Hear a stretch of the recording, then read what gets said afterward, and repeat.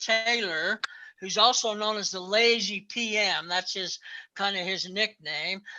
About writing a specific chapter in his new AI book that dealt with what artificial intelligence means for project management. What's the value it's going to bring to the table? So I spent a couple of weeks putting that chapter together. I've sent a soft copy to Cesar. If he can get those out to you, you're more than welcome to take a look at those. It's going to be the last chapter in this book, and it really highlights what I want to talk about tonight.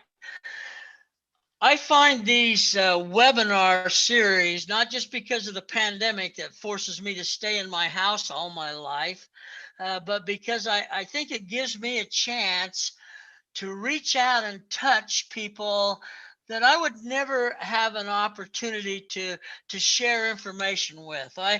I think last year I did from March till the end of the year over 60 webinars on a variety of subjects, mostly strategic planning, for about 27 different countries, and reached over 4,000 people. Now, I would never have the ability to do that. I mean, I traveled a lot, no doubt about that, but I would never be able to travel to all the places that I was able to connect through this wonderful idea of Zoom meetings. And so I really look forward to these opportunities. I have one of these tomorrow, as a matter of fact, for the new combined Germany chapter that they've taken 2 or 3 German chapters, rolled them into one. So I'm going to get a chance to speak to some of my friends in Germany tomorrow. So this is a great preamble for me, because I think it gives you a chance to sort of see how someone who's been around for a long time sees what this idea of artificial intelligence can do for a project manager. So I think one of the things I want to focus on is the reality of applications. Now, we know that artificial intelligence has been around a long time. IBM sort of broke the mold when their computer beat the chess champion of the world, proving that the combination of computer capacity and very technologically advanced algorithms could actually outthink the champion of the world of chess, and it showed that, and it kind of broke the mold to say, what else can this do? What else can the power of computing, when developed by very smart people like IBM, like General Electric, like people like that, what are the limits to what they can do with that particular power? Well, I'm not going to talk about that. I'm not going to talk about all this fancy artificial intelligence that we have going on. I sort of recognize today it's everywhere.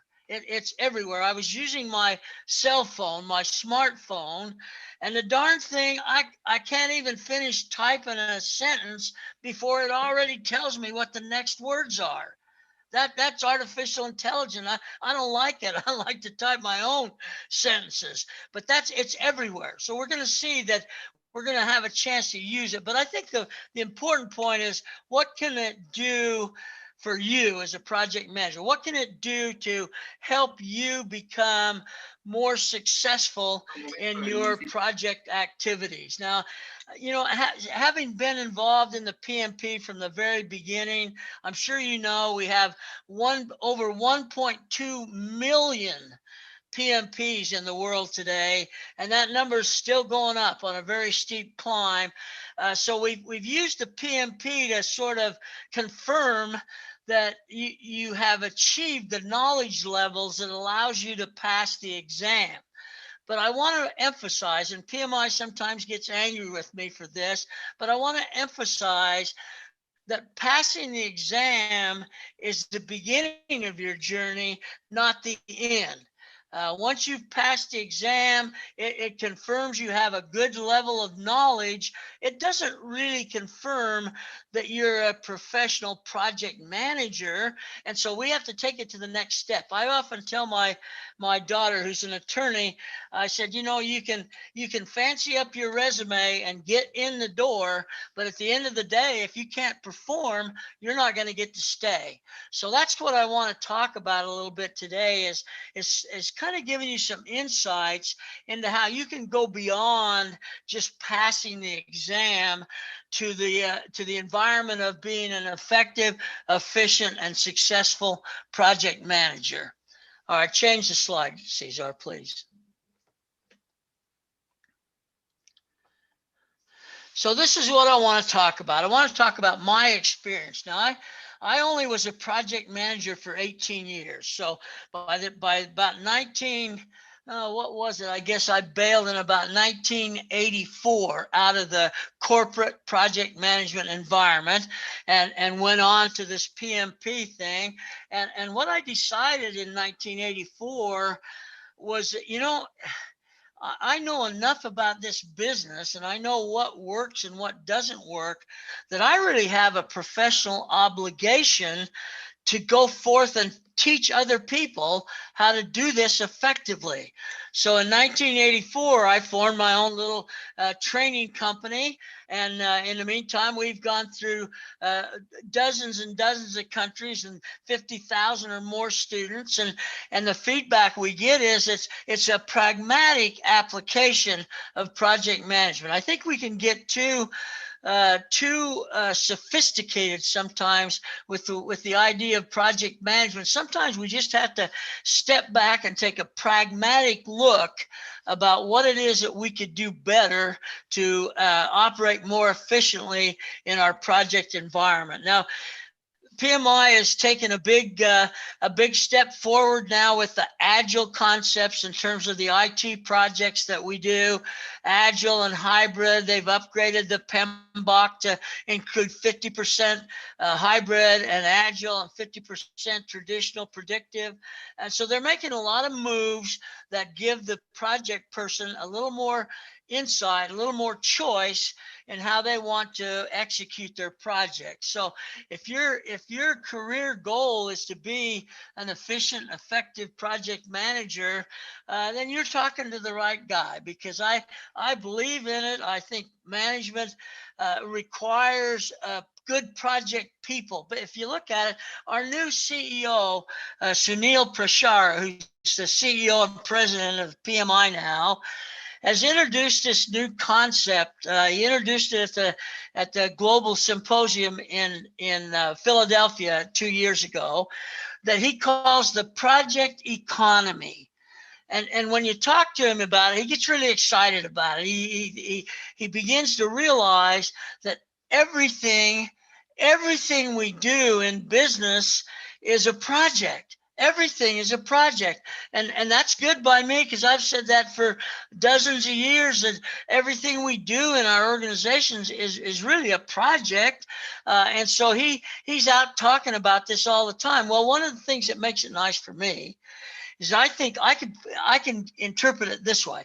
If everything is a project, then by definition, everyone is a project manager.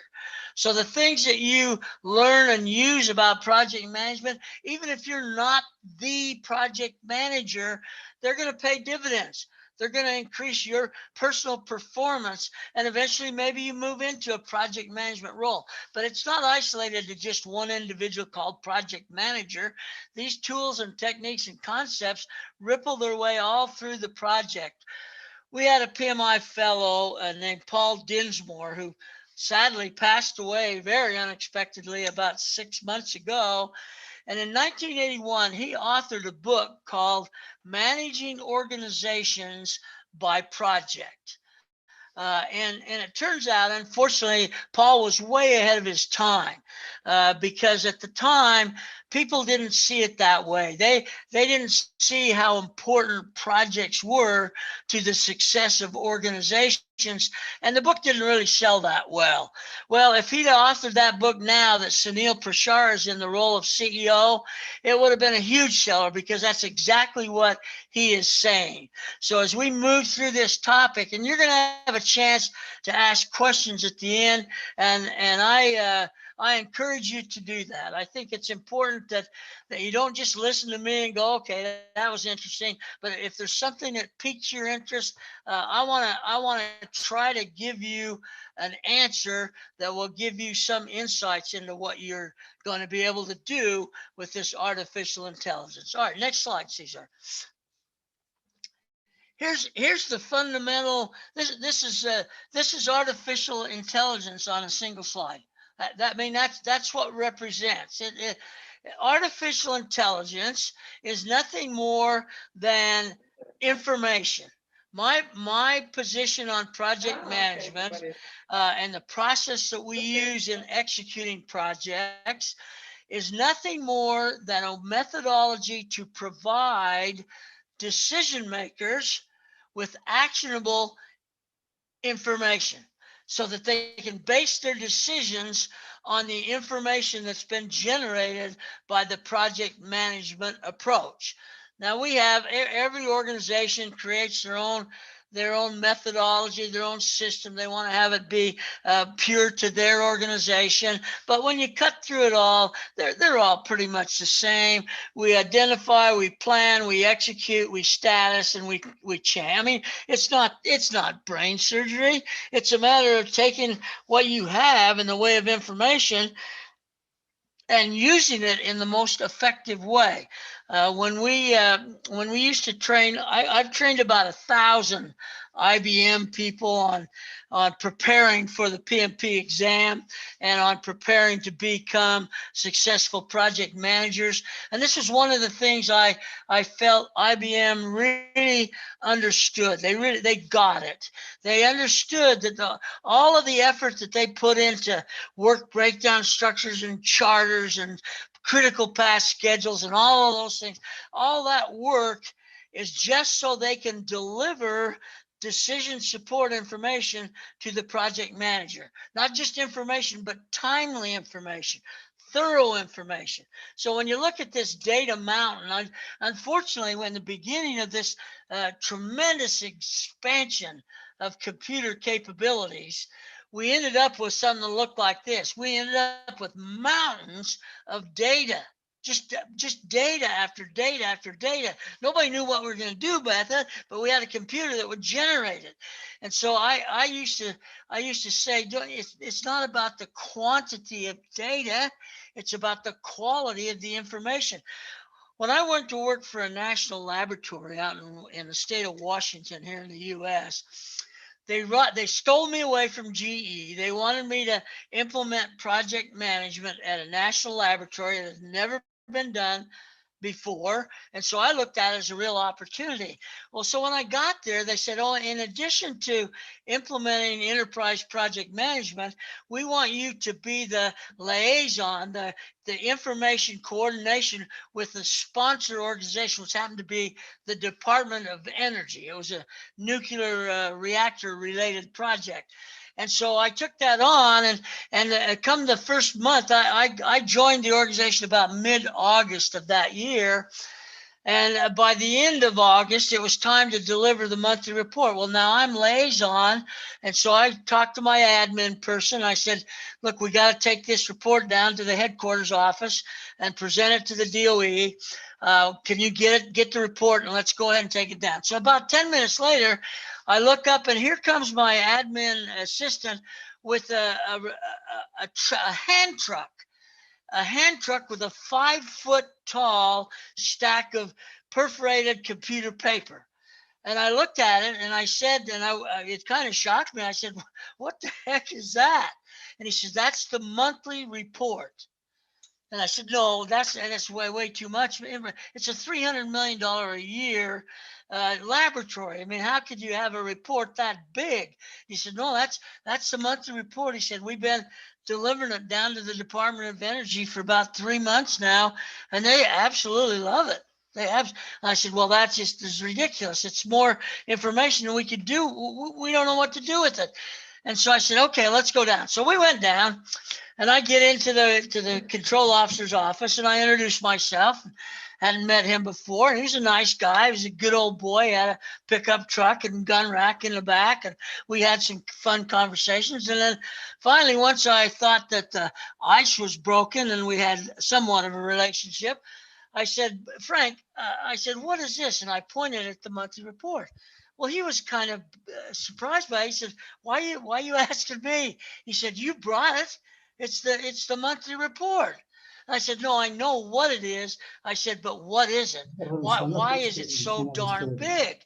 And he said, oh, he said, Lee, we've been using that for 3 months. He said, I've got 12 project control officers that work for me that are responsible for all the national laboratories, technical departments, and they swear they couldn't do their job without this report.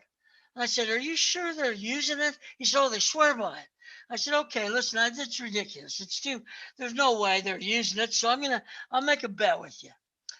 I said, if I can prove to you that your people are not using all this information, would you be willing to raise the level of detail one? And he said, absolutely. But he said, I'll tell you what, he said, I hate to say this, but I think we're going to ask for more. I almost fell down. And I said, no, but let's take the bet. And he said, well, okay. He said, I'll take the bet. And so the next month now, I had a chance to develop the entire report. I couldn't change it, though, because I hadn't proven anything yet, because I guaranteed him I'd prove it. So we took down the report, but before we did that, I salted it with some information that if anybody was actually reading the report, I'd probably get a phone call. And so we salted it with that information and sent it on down. Okay. I waited for my phone to ring. Nothing. So that confirmed to me they weren't using that big report. So the next month now I get a chance to raise the level one.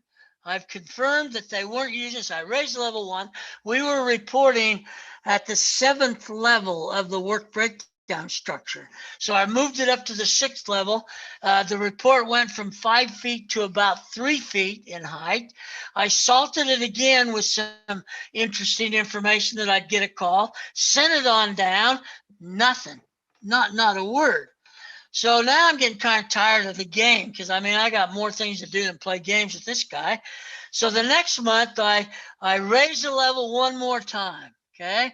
Now it's down to about 18 inches. Okay. It's gone from 5 feet to 18 inches. And this time, because I want to put an end to it, this time I salt the report with some things about Frank's family, primarily his mother and sister.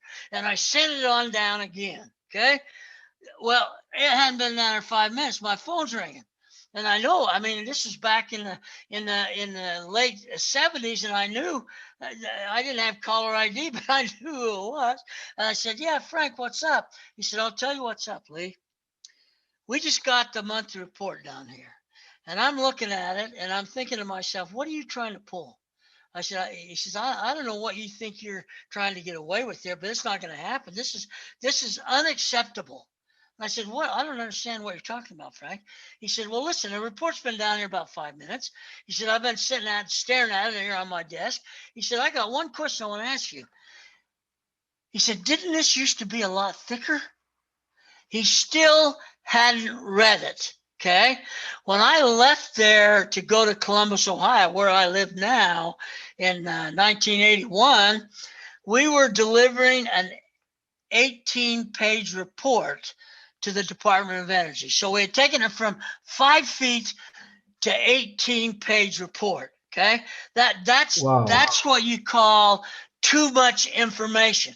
This is the danger we have with artificial intelligence, because it's once we have the computer capacity, we can generate stuff till the sun doesn't shine.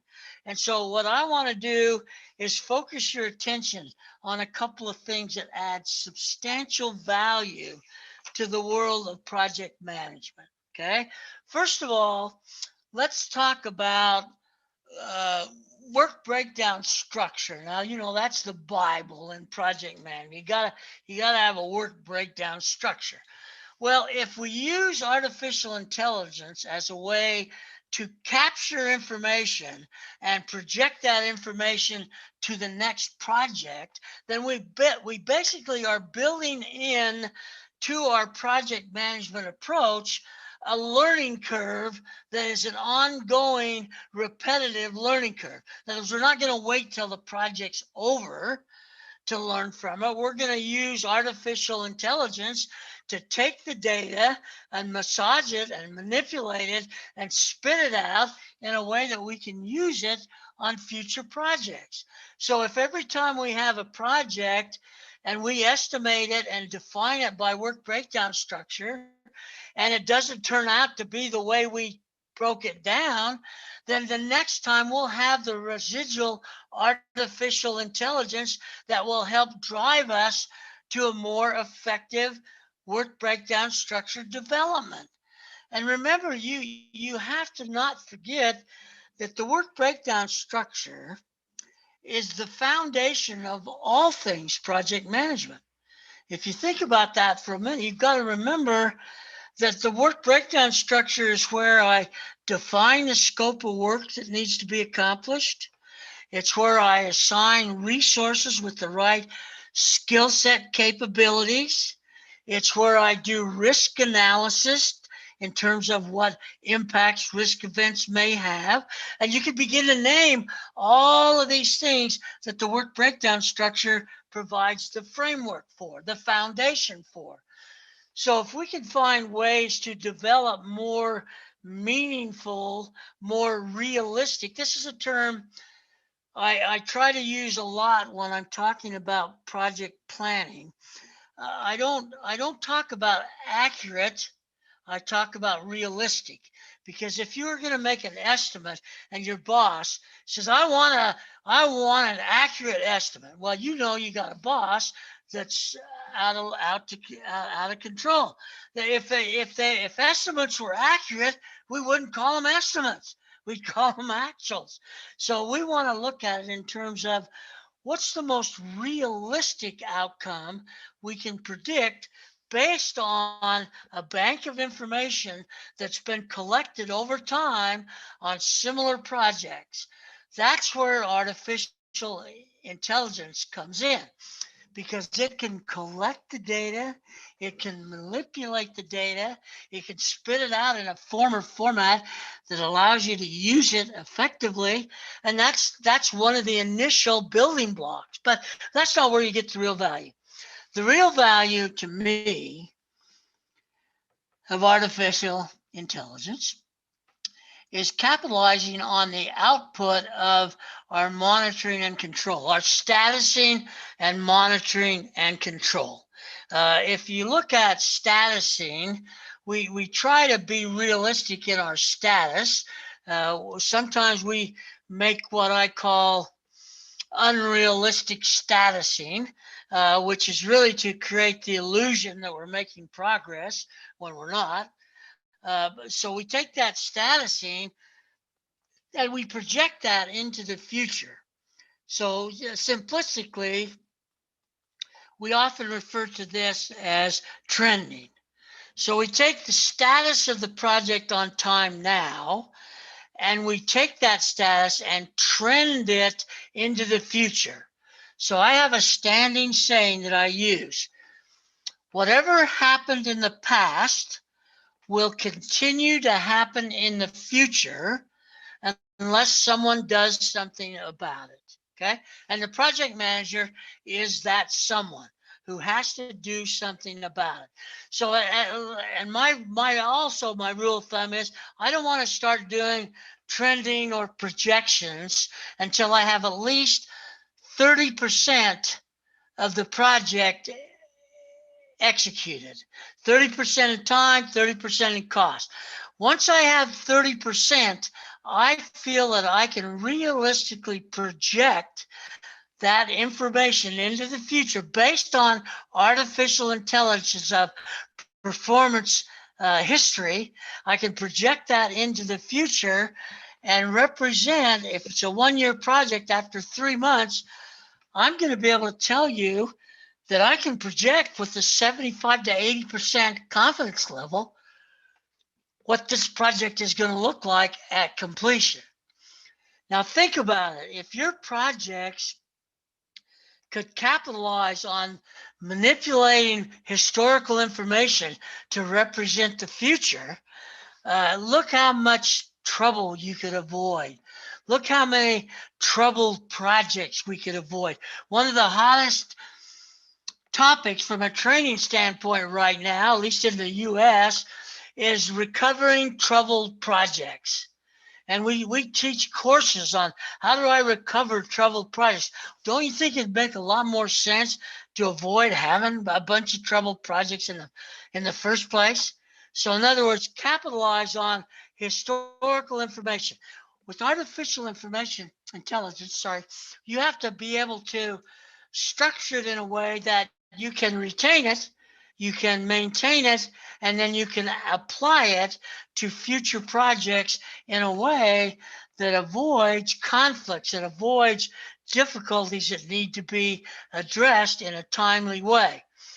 Now, so you can see the role of a project manager is not that all that sophisticated. It's not like beating the world chess champion with a combination of very sophisticated algorithms.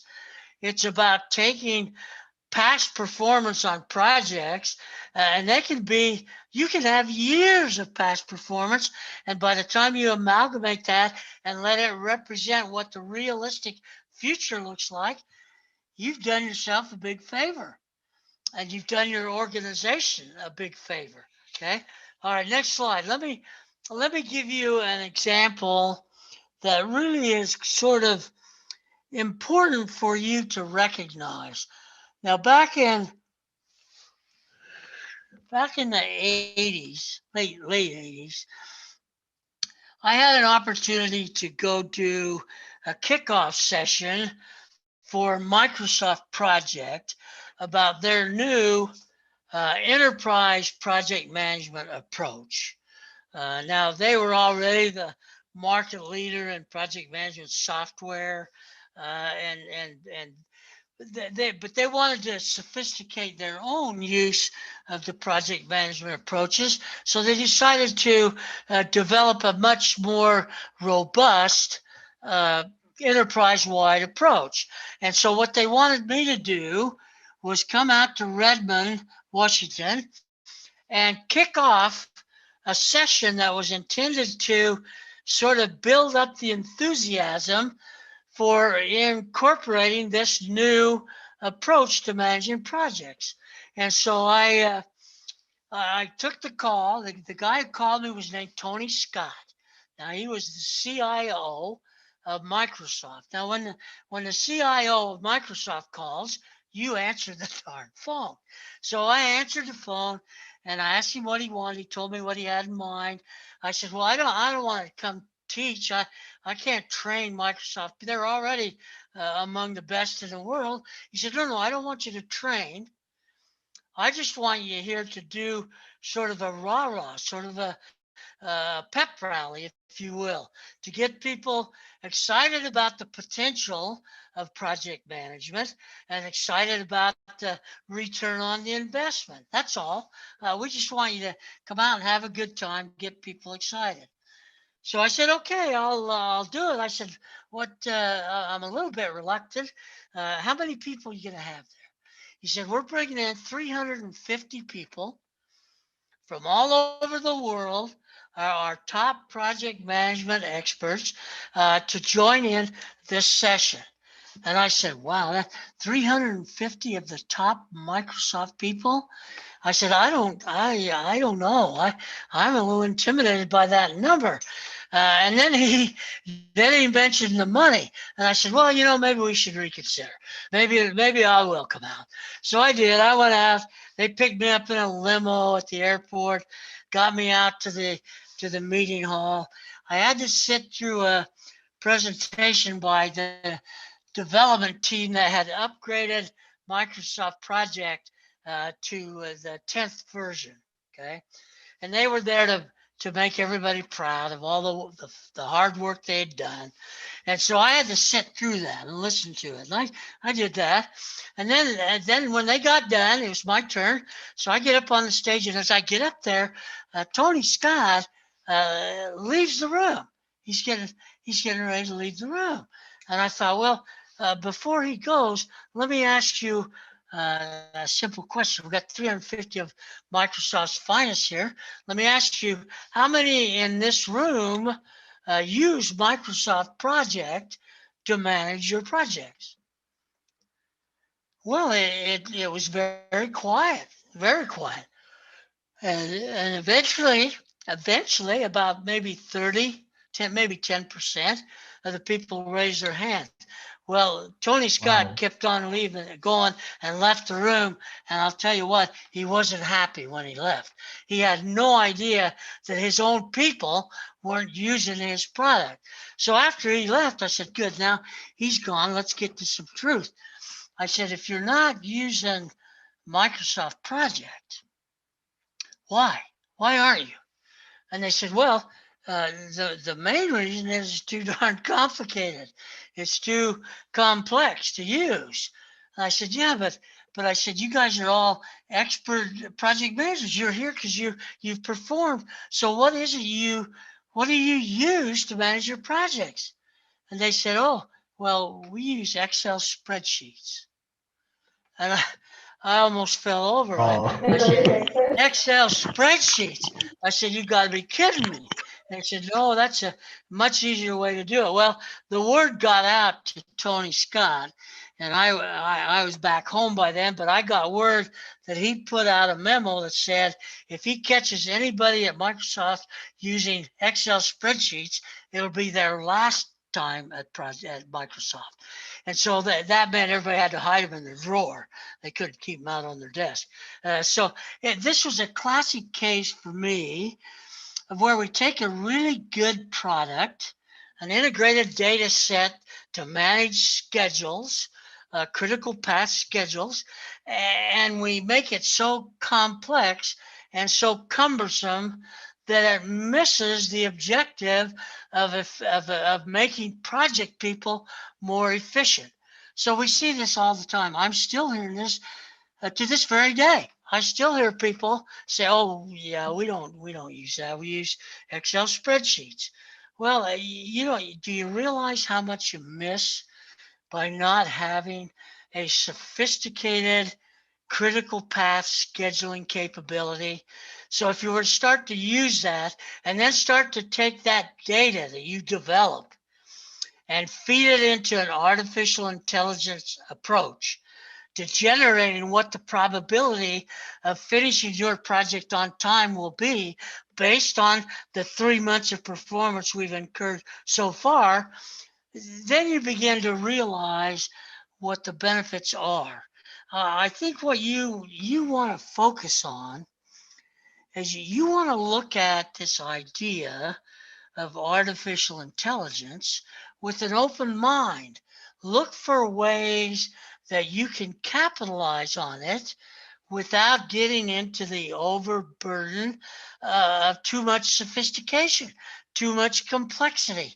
So in my case, I want to look at how do I build live what if scenarios based on learning curve.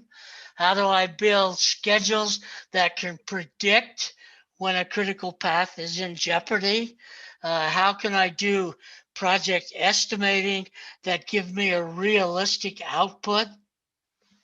And one that I haven't mentioned that I talk about all the time is we estimate our projects in effort hours. When we're asked to give out an estimate, we generally give it in effort hours. So if we say it's going to take Bob 8 hours. We're talking about 8 effort hours. But in today's world of the matrix, that's not, if you plan your project in effort hours, you're going to start that project behind schedule, because we don't execute projects in effort hours. We execute projects in duration hours. So if we've got a matrix where Bob is committed to 3 or 4 different projects, then he's not available 8 consecutive hours. He's got to spread his time among those various projects. Well, we need to use artificial intelligence to identify what's the impact of the matrix. What's the impact of not being able to plan our projects in realistic time elements. So when we talk about a project that is 1 year in effort hours, that could easily be 3 years in duration hours. But yet we plan it in effort hours. The boss likes it in effort hours because that gives them a short answer. And all it's really done is delay the difficulties associated with the matrix environment.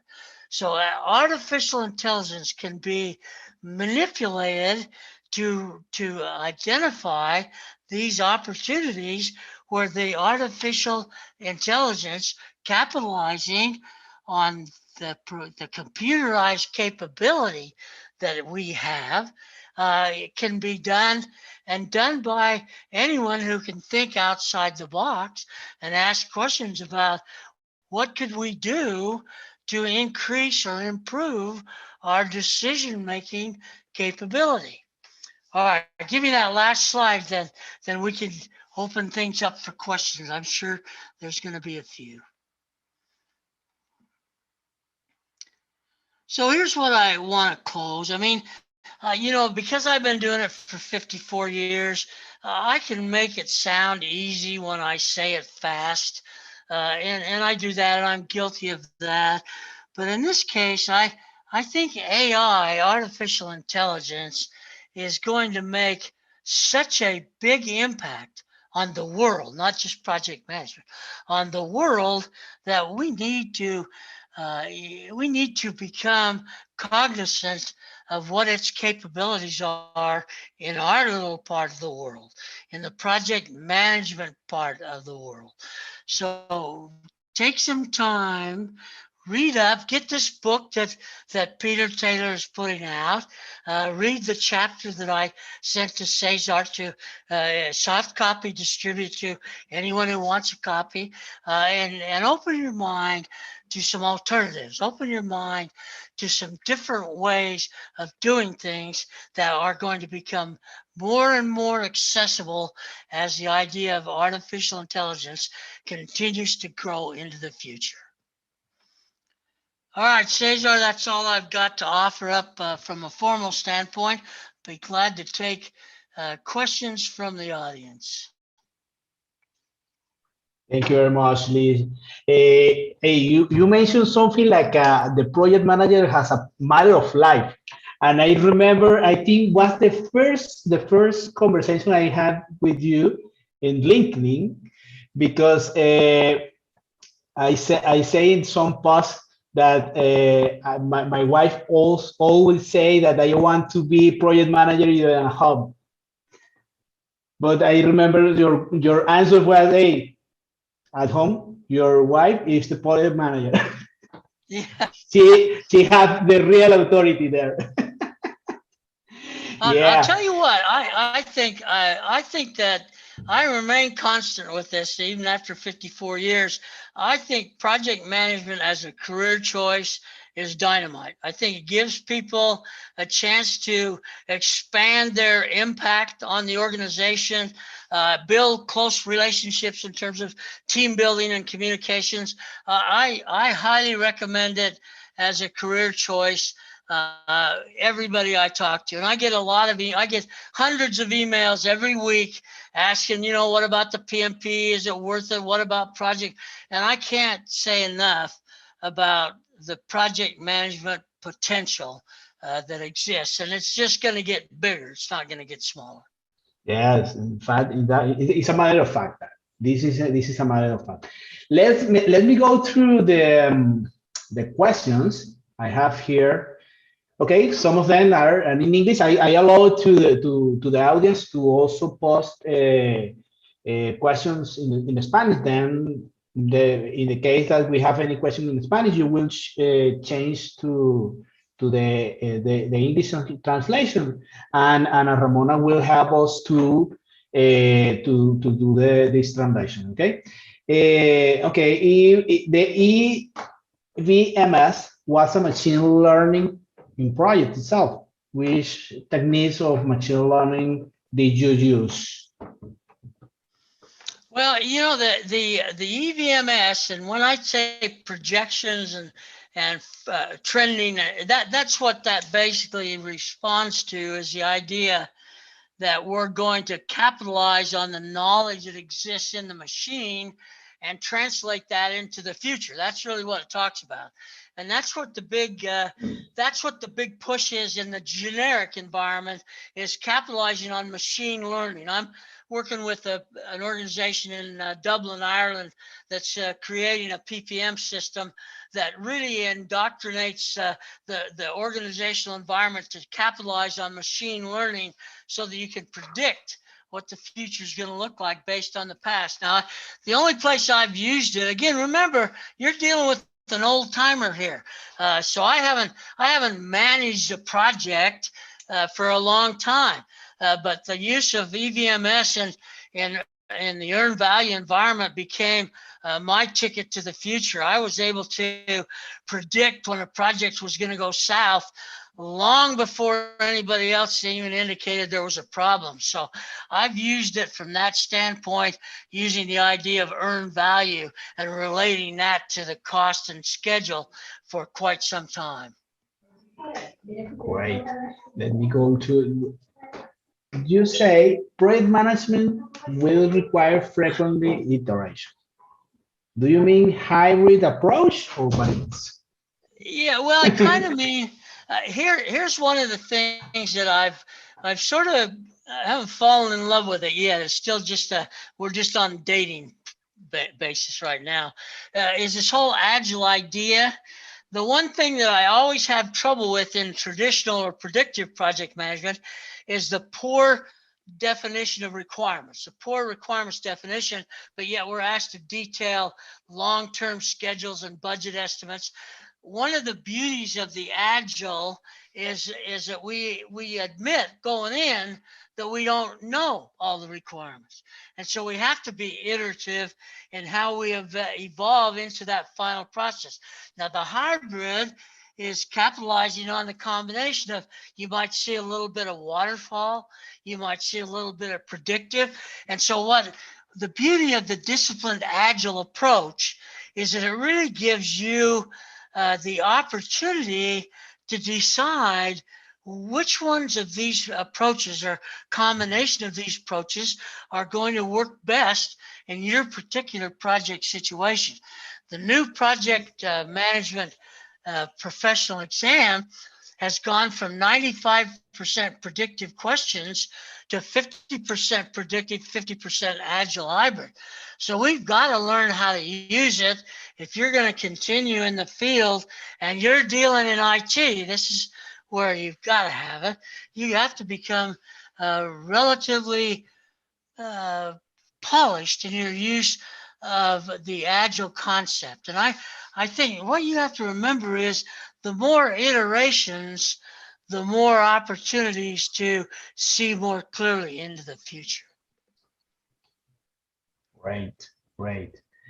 Let me go to the next one. Okay, how we can take advance in the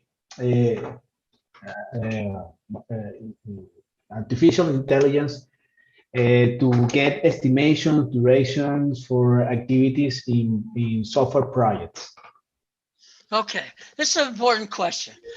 You have to operate on the premise that we're going to implement good, sound project management principles. Okay, if we do that and we implement project schedules and resource allocations to those schedules, And then we merge that data, and it shows that certain resources are overcommitted because we show them in 3 different places at the same time. Then that allows us to then articulate that schedule, compensate for that duplicity in assignment, and that then forces schedules to more realistic durations.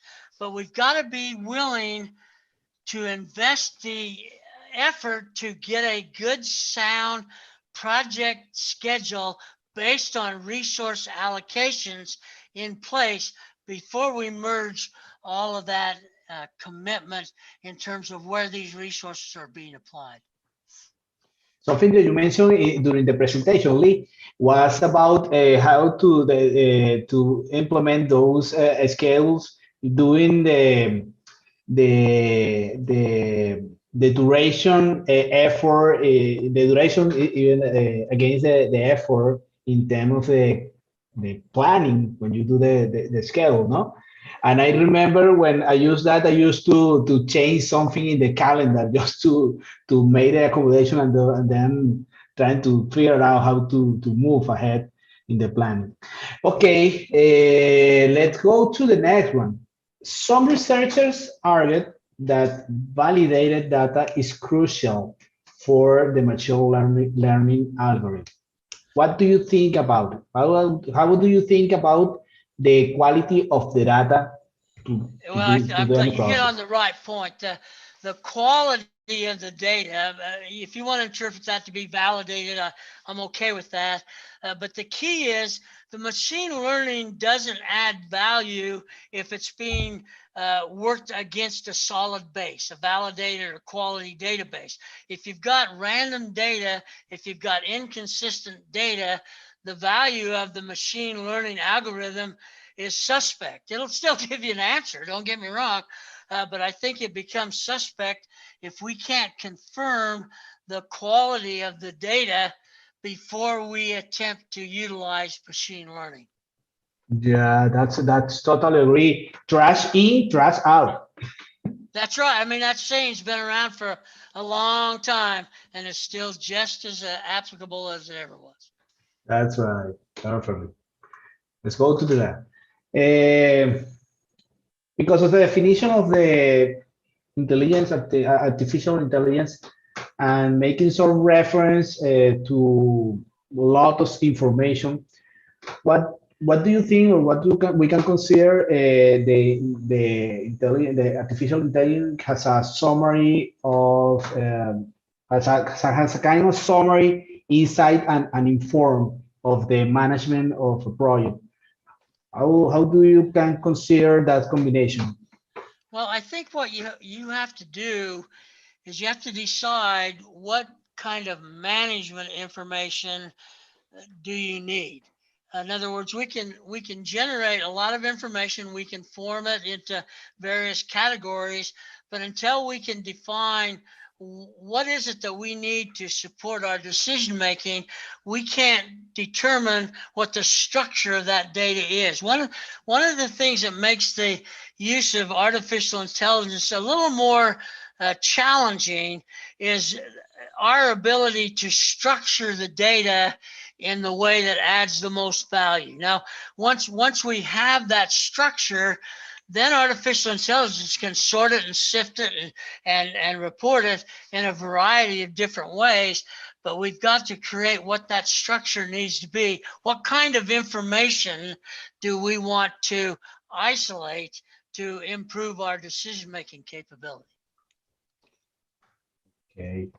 Excellent. I remember a project maybe 5 or 6 years ago when my customers say, "Hey, I need your report in only one single page. If you are not able to do this report in one single page, you are not the right project manager for my project." Yeah, Just no, to let I've you heard know. this before.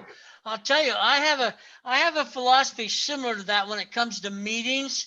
If you can't get a meeting conducted and concluded in 1 hour, then you're not doing your job.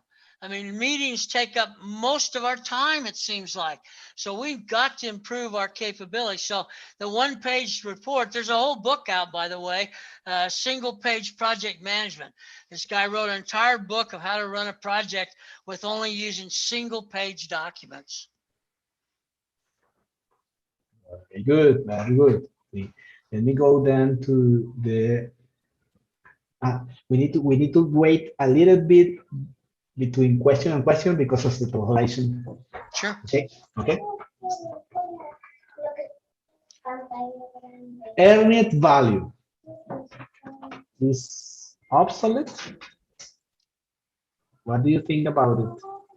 About earned value? Because you know the predictive and the adaptive approach. What do you think about the earned value?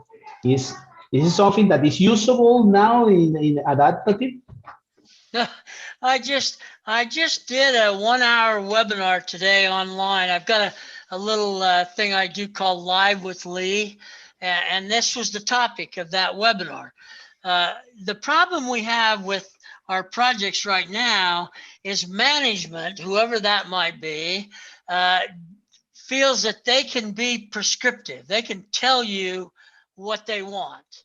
And when they do that, it puts us in a hole, because now we find ourselves trying to deliver what they want, not necessarily what we believe to be realistic for that particular project. So I think when you get the charter, everybody knows the term charter from PMI.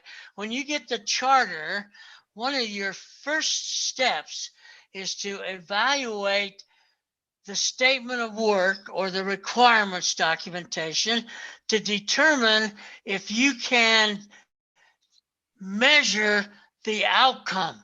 Can you measure what the end product is going to be based on the prescriptive approach that management tends to use? Now, this is risky because you end up questioning management about the quality of their description, and at the same time, they've got a responsibility to deliver value to the organization.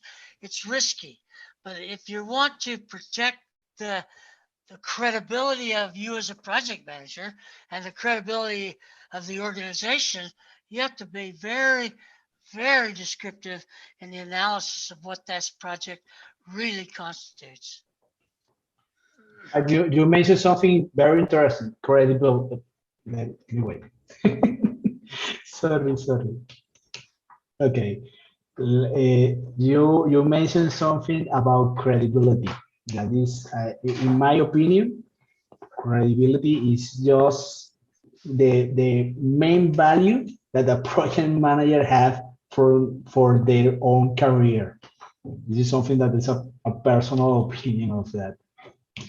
Okay. Yeah, I think, let me make a point on that. I think you made a good point, Cesar, but I want to point out to you that being a good project manager does not mean you agree with everything management says. I think you need to be willing and prepared to state your case while you may have a disagreement. I think that's where you earn the respect, you earn the credibility, because you don't just accept things at face value. You think about it, and you anticipate impacts, and then you challenge the management to be sure there's clarity. And I tell you what, management would rather have you catch it now than when you deliver a bad project later on.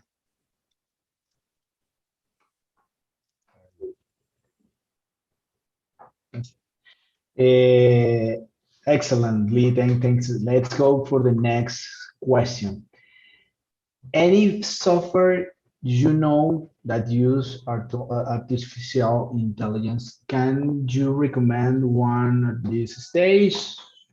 I don't use it. I don't use any of the AI software in the role that I'm in, but I do work with a software company that has probably one of the best that I've seen. They are out of Dublin, Ireland, so that makes it a little bit more challenging. But it's called Cora Systems, C-O-R-A Systems. And I would encourage you to reach out and check them out on their website, on Google. And what I've found is that their process is very sophisticated, but very simplistic in the way that it gets used. So I know for a fact that their product is very good and very easy to use.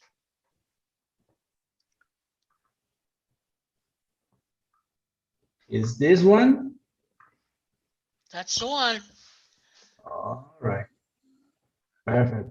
Lee, you made some reference for a book, a different book like the Peter Taylor book for the lazy PMI, the lazy project manager. You mentioned some. What else book you mentioned as a reference? The other one I mentioned was Managing Organizations by Project, and that's written by Paul Dinsmore. Okay. Okay, for people that are asking about this, there is the question, the answer. Good, good. No, that I'm not sure how readily available Managing an Organization by Project is. Back in 1981, so you might have a little trouble finding a copy of that, but it's well worth the read. Very good. Okay. And Peter Taylor's book is due out sometime in May, towards the end of May.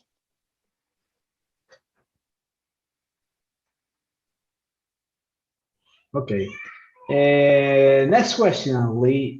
What kind of tool do you suggest we can apply now to introduce, well, the artificial intelligence to our current measurement on agile and waterfall project?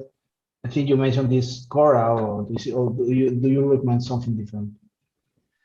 Well, I think the tool that you have to become mature in the use of is a projection tool that takes status quo and projects it into the future. Now, the problem with using AI in an agile environment is that we're doing it in such an iterative way anyway, that we have a hard time capitalizing on projections because they change so rapidly that projection capability doesn't add a lot of value. Now, on waterfall project, you may get a little bit more advantage of capitalizing on the projection concepts of AI on a waterfall project. But I mean, to tell you the truth, we just don't see a high level of utilization of waterfall.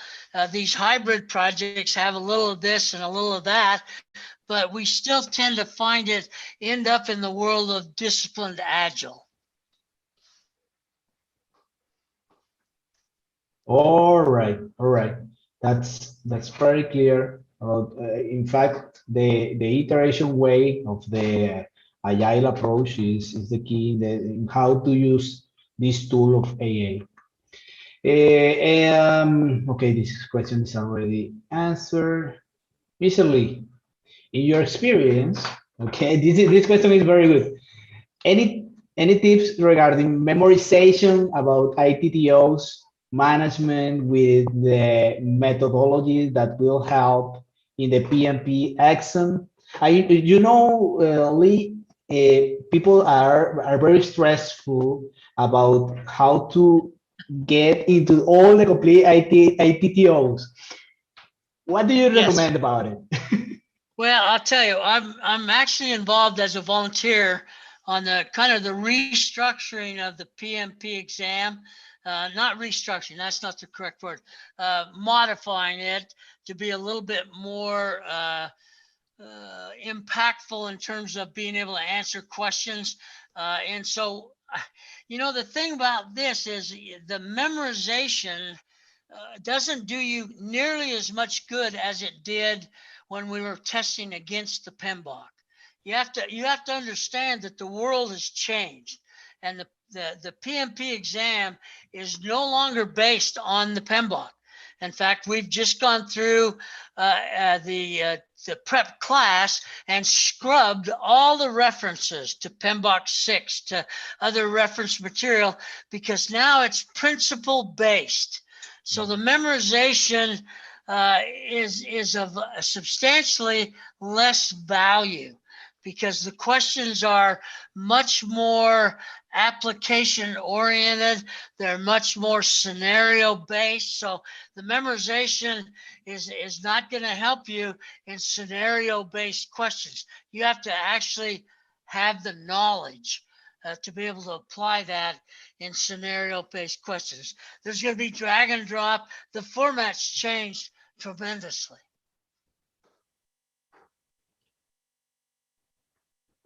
Excellent. In fact, Lee, something that I used to share to this team is just about the concept of what, in my opinion, is the PMI is going ahead. It's about more project managers with the interpretation of the ability to go through the situation instead of to memorizing the book itself. It's more than how do you work with situation in the field, but it's a real, because at the end of the day, you are going to the field just to resolve situation Well, in the field. back in the old days when I used to teach PMP prep classes, I mean, I knew what the rules were, so I basically told my students, you gotta memorize the PMBOK, and you gotta learn to speak PMI speak. In other words, you got to know all the acronyms and all the things that really have no value other than the fact they're out of the PMBOK. And so once you do that and you break down the reliance on memorization and you instead utilize your knowledge base, now you're really testing a professional's level of competence.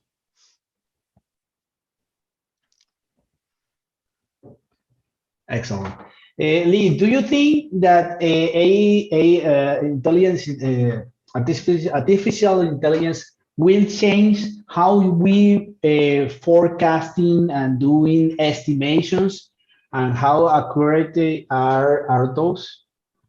Yeah, I'll not only say it might change it, it will change it. In fact, if it doesn't change it, you're missing the boat when it comes to AI. Yeah.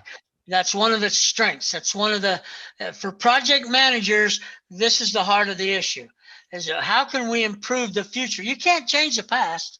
So how can we focus on what will allow us to change the future? And that's AI. Excellent. Okay, regarding your large, good experience management project, which kind of stakeholder you consider is the more difficult to manage? Generally speaking, it's the matrix assigned resource, because they don't have any allegiance to you as project manager.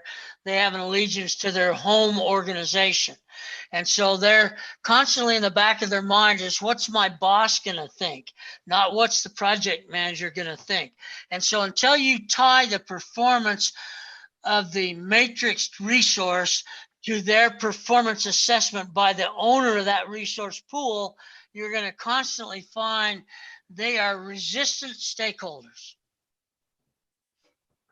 Yeah. Just I remember that this is more like the formal line managers in the organization that used to have that kind of perspective of they are attached to their own functional position. Okay, will AA contribute to risk management? This is very interesting for me. How? Yeah, because I am a very I am I have this risk management certification. This is a part of the PMP. I have the risk management one, and also it is part of my core that how to manage risk in your project. Then will AA contribute to the risk management, how could we expect it will improve this area? How the artificial intelligence will improve the risk management? Yeah, this is I mean, to me, this is this is a real simple question, okay? And the way it's going to contribute is it's going to increase the determination of probabilities of a risk event occurring. And it's going to do that by manipulating all the past history based on the risk event that you're evaluating. And it's going to tell you with AI ingenuity what the probability of that risk event occurring is going to be. It's not going to help you on the impact as much. It's going to help you on probability. That's a secret to risk management. Is the probability of the risk event occurring, and what's the impact should it occur? I mean, you don't have to be a brain surgeon to be a good risk management person. It's just, I mean, we do this in life. We do it in our family life. We do it in our vacations. We do it everywhere we go. We're doing risk management all the time. And so why can't we just apply it in a more sophisticated way to project risk? That's right, right. That's totally agree. I remember the time, maybe 10 or 12 years ago, in fact, related to the risk management processes, that the quantitative process, the quantitative analysis was very was not used to be do in every organization, but nowadays, because of the accessibility to different tools with a very good analysis for the quantitative part of the risk management, this is something that is improving because of the artificial intelligence and also the machine learning information that they are introducing. Okay, let me go to the next question. Why do you think the majority of projects have in front problems, even when they are have been managed by PMPs and with PMOs related? In fact, the question is also having some examples related to the construction of a very recently project here in Panama, the second blocks there this is a big project here in Panama. Then we have some even problems in the project. Then the question is basically, why do you think even if we have a PMPs, we have PMO, also we have problems in our projects, or big problems? Yeah, first of all, let me make sure we all understand that having a PMP doesn't guarantee good performance. Okay, let's get that out on the table right away, because we got 1.2 million PMPs, and I this is my number just pulling out of my ear, but I'll bet there's 200,000 or 300,000 of these guys that couldn't manage their way out of a paper bag, but they're good test takers. Okay, so let's be clear about that. Now the PMOs, that's the big ticket right now. Everybody's, oh my gosh, we got to have a PMO. We got to have a PMO. Well, the concept of the PMO is to try to avoid problems by much more delicate integration of variables that are going on a project. So now we've got someone in charge of making sure we're all pulling together in the same way. Now, when PMOs first came out, I established a PMO in 1977 in Richland, Washington. I call it Management Information and Support. But one of the things that it caught on right away because they could see some value. But what happens with PMOs, if you're not careful, the person who runs the PMO, it starts to look more like a Gestapo, like a police force. And the PMO is supposed to be there to help those people get their jobs done, not dictate to them how they're going to do the job. So you're not going to, having a PMO does not relieve you or any project that I know of having problems that we have to encounter. Right, right. In fact, okay, in fact, one of the thing I have been in my memory related to the PMOs is at sometimes PMOs also because of the kind of organization only do reports. The PMOs, this is the guy that only do reports to the top management, and also what you say is very true. This became the head staff of the organization. Right. That's right. This totally agree with that. Okay, Lee, I will go through the three additional questions we have here in the presentation. I think we are very close to the 1.5 hours, which is Okay. very good for this session. The relationship between artificial intelligence and business intelligence. Okay, this is the topic of this question. How the optimization of the information and the report and the report for management. Okay. This is good. This is a great question, by the way. Oliver Lehmann in Germany has created this foundation. It's called the Project Business Foundation. And his emphasis is to take the project management concepts beyond that to the business environment. In other words, if you're dealing with a prime contractor and a subcontractor, you're going to do things differently than you would if you had a organizationally owned project. And so what he's doing, I'm actually attending a workshop of his tomorrow and the next day, is he's trying to establish some recognition of the difference between AI and BI. And I think he's going to make some good progress in regards to that particular area, especially where there's subcontracting or quality issues or things that are outside the responsibility of the project per se. He's going to be paying attention to that. So I think there is a difference. I'm not sure I totally recognize what the difference looks like, but I think we will in short order. And I think you're going to see some emphasis on the business intelligence as well. Okay, can you give us examples or of predictable variables using artificial intelligence for construction project? Sure. Beside cost of any other variable data? The easiest one in a construction environment. That's why project management's really actually started to. It came from construction, then it went down, now it's back. A simple example on that is how long is it going to take to lay 45,000 yards of concrete? And AI can tell you based on historical information how many yards you'll be able to lay in a day, how many yards you'll be able to get done in a month, and so you can begin to predict. Same thing with laying pipe, same thing with electrical conduit.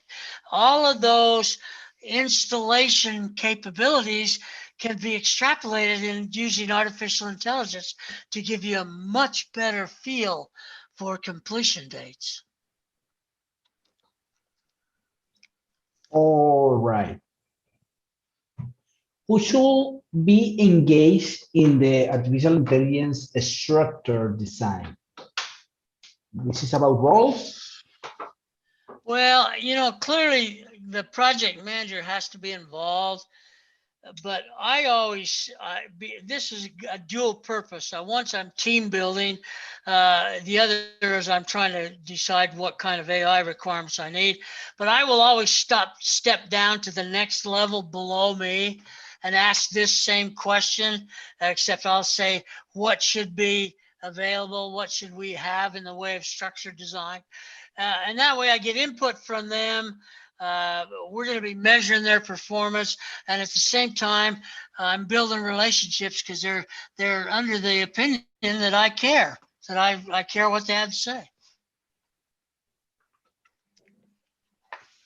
Okay, the last two questions. Okay.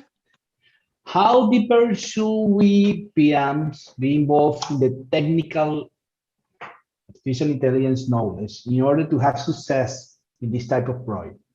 It is sufficient to have high knowledge and have a robust technical teams. Yeah, I don't think I'm a pragmatic kind of guy, and I don't want my people spend a whole lot of time creating some in-depth knowledge capability about AI when they're never going to use it. So I want to look at it in the way that, hey, I want to know what I need to know, and that's all I want to know. I don't want to jam more in there than I need. So I think it's important to recognize summary level. I think project managers can operate under this same method if you're not trying to pass an exam, where you just realize what you need to do your job well, and that's all you need. I don't need to know all the other things. I really don't. It's like a T-shape, big like a T-shape. This question is excellent to close the session questions. Will artificial intelligence replace the PM role? No, no, it never will. The AI can operate with repetitive information. It can project into the future, but at the end of the day, project managers make decisions. AI is never. I mean, I'm saying never. I might be dead. That might happen, but AI is never going to run a project. I just don't see it happening. It's not going to replace project managers. It's going to change what project managers do from some regard, because you're going to find yourself utilizing information much more robustly than you ever have before. But your ultimate role is still delivery of the project on scope, on time, on budget. Excellent, excellently. Thank you very much, Lee. I we have reached to the end of this session. But before you leave, I have two requests. One for the team, for or the people that are here, which is my team for this study group, Sure, sure. is to provide us your feedback. Go to the Menti in the time that where Lee and I were closing the session. Please let us know what do you take from this session. What are you leaving with? What is your interpretation now about artificial intelligence and how will change your way of working in your projects right now, how you will improve. And the second is the last request I used to ask to my team, Lee, is about open your cameras. Okay, everyone, please open your cameras and let's see us how we are looking at. Okay? One of the things, Lee, that I used to tell to this team is we are here just to build the relationship between the community, the people here in Latin America. We are going to do projects together because it's something that is something real right now in the region. I will love to find all of them in any of the project I have in my career in the next maybe some of this team going to be my customers, or I will be customer of them. Then it's something that we are trying to build right now. Okay, I don't know, Lee, if you want to say something. The feedback from the team here in the Menti what is coming on right now. Then I don't know if you want to say some like a closing words. Well, I will say one thing. I as a platform instructor for 30 years or so, the, the idea of these webinars is fantastic. but it leaves me a little empty because I can't see you. I can't see your reaction. I can't see your body language. So the idea that we can run empty like this, where I get some sense at least of how the message is received, is very advantageous for me. So I appreciate you taking time to do that. In fact, and in fact, if I, this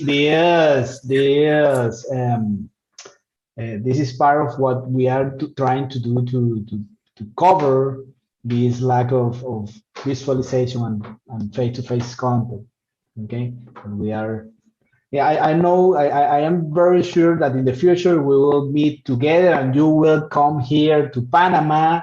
And this is a personal invitation. You can come here at any time, and let's organize any event in the future when we can travel and try to do the things great here. Okay. Also, in the rest of Latin America, we have here people from Mexico to the Patagonia, here in the very south of the continent. Then all we are here all just to learn more and with the objective to go there to participate in this session and create a floor to obtain the PMP certification and being better project manager. I'm gonna stop right now the sharing of my screen just to take the picture of all people here we have in the session. Let me go there because we have right now more than 70 people in the presentation. I'm gonna take picture here, please. Everyone smile in front of the camera just to take, and all the shy people, please open your camera. Please do not be shy. Okay? Maybe all of you have to press it better. Okay, go. Let's go. 1, 2, and 3. This is the first picture. Let me go to the second one. Wait. Do not stop your camera. Do not stop your camera. Okay. I see you. Do not stop your camera. You don't know where is your camera located, then you don't stop your camera. To keep on. Okay, go for the second picture. Excellent, team. Well, I hope you enjoyed the session today. Thank you, Mr. Lee. As I mentioned in the beginning, I feel today like I am in the same theater with Jimi Hendrix, all together the people from Coldplay, U2, Bono, all those guys here to me with me. I feel like right now like that. Okay. Sounds like Thank you're you a very music much. fan. Huh? Sounds like you're a music fan. Yes. Okay. Thank you very much for visiting Panama and Central and Latin America. Okay. Welcome, everyone. Let's see you the next week. We are going to go through the next knowledge area, which is, if I don't remember well, we are going to go the next week with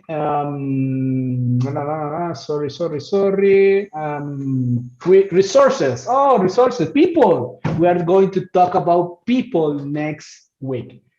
I think it's very important because the PMP exam is just reinforcing and focusing on people the ideas. Thank you very much for your time. Thank you, Lee, again. and see you the next week. Great. Thanks for having me. I appreciate it. I appreciate you. Thank you very much. Bye bye, guys. Gracias, hasta luego. Gracias, buenas noches. Gracias. Gracias.